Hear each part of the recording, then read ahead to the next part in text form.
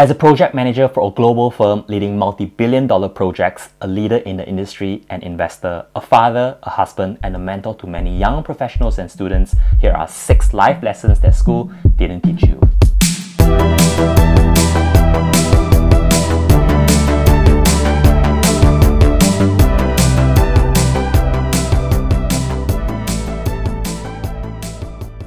One, starting your career and where is the roadmap? In our education system, as early as kindergarten to primary school and all the way to higher education, we have a structured progression, syllabus and mandated exams, essentially a roadmap that has been paved for us. And if we were to attend classes, fulfill our obligations as a student and study hard, chances are we will do well. The problem is, once we finish school and get out to the workforce, in the real world, there is no roadmap. It becomes what the society called a rat race, where people compete for the next opportunity, wealth, or power. This applies to all sectors, be it starting your own business or climbing the corporate ladder. The truth is, whether you like it or not, competition will always be there.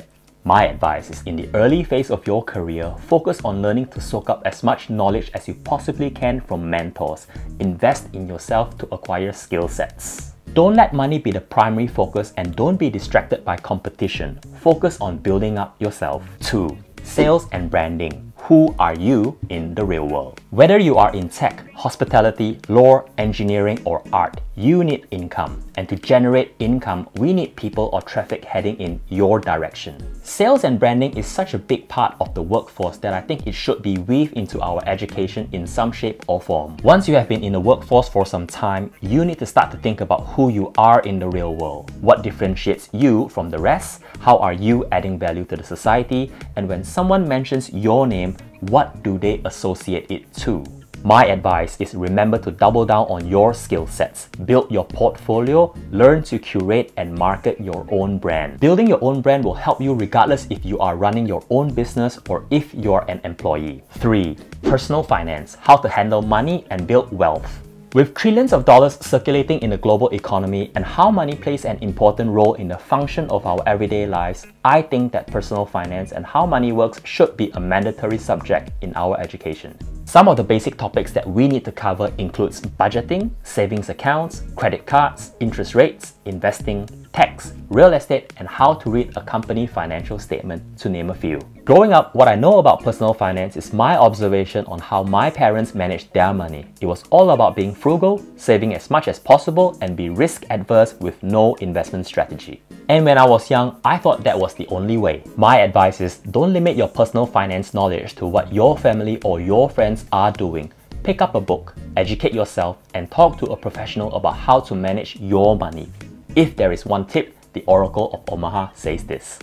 I think it's the same thing that makes most sense practically all of the time, and that is to consistently buy an S&P 500 low-cost index fund. Keep buying it through thick and thin, and especially through thin, because the temptation gets, when you see bad headlines in newspapers, maybe to say, well, maybe I should skip a year or something. Just keep buying it. American business is going to do fine over time. So you know the investment universe is going to do very well. The Dow Jones Industrial Average went from 66 to 11,497 in 1 century, and then since that century has ended, it's more or less doubled again. American business is going to do well. The trick is not to pick the right company; it's to be, because most people aren't equipped to do that, and plenty of times I make mistakes on that. The trick is to essentially buy all the big companies through the S&P 500, and to do it consistently, and to do it in a very, very low-cost way. 4. Time management, how to be productive. In school, I was never taught how to manage my time. From the time I wake up in the morning, it felt like I stepped onto a conveyor belt and I was off to the races in school from one class to the next. I was barely keeping up with late nights trying to get my homework finished. It was definitely more intense in high school. In university, there was a change in pace. There were less subjects and there were less classes. I had more freedom, but I didn't know how to effectively use my time. I had never heard of the Pomodoro technique, nor the existence of any techniques. With effective time management, you will be surprised how much you can stretch yourself and be productive. My advice is, time is our most valuable resource. Learn how to use it wisely by checking out my video on time management, link above. By the way guys, if you have enjoyed the video, remember to like and subscribe. It will help the channel tremendously. 5. Build and maintain relationships. Surround yourself with good people. Once school is over, the fact is work and life will take over, and eventually the people you were once close to back in school may not be around as often as they were before.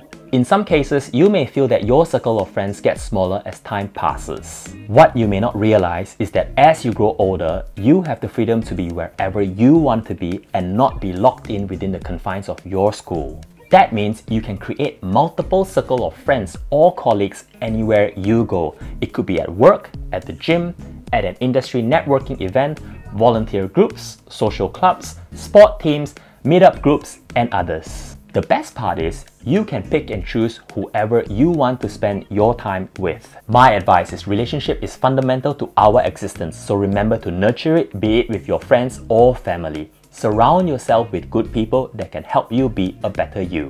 And lastly, probably the most important life lesson number 6, health and well-being, looking after yourself. What we learn in school about physical education and nutrition is just barely scratching the surface of a healthy lifestyle. I remember while I was in school, I was made aware what healthy meant, but I was eating high sugar and processed food anyway. I definitely wasn't getting enough sleep, I wasn't drinking enough water, and my version of exercise was just playing a sport without any proper resistance or weight training to build strength. My advice is health education, including exercise and nutrition, doesn't stop after school.